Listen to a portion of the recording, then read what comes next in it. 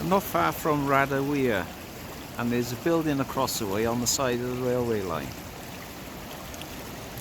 Has anyone got any ideas what it is or what it was used for? I'm thinking it was something to do with the railways, an office of some sort. Could be something to do with coal freight lining up for Radyr. I don't know.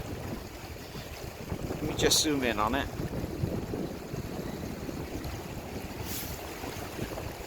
There we are. I mean, it's not very clear.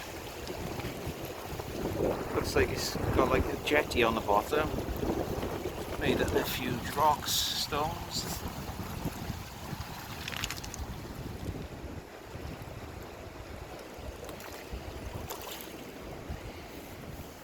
That looks a bit clearer. Looks quite a size, and it looks like it's got pine ends on the top of it. So there's some sort of hut, small building, office maybe. There's a train coming past now actually. If anyone knows what it is or what it was used for, leave comments below. Thanks.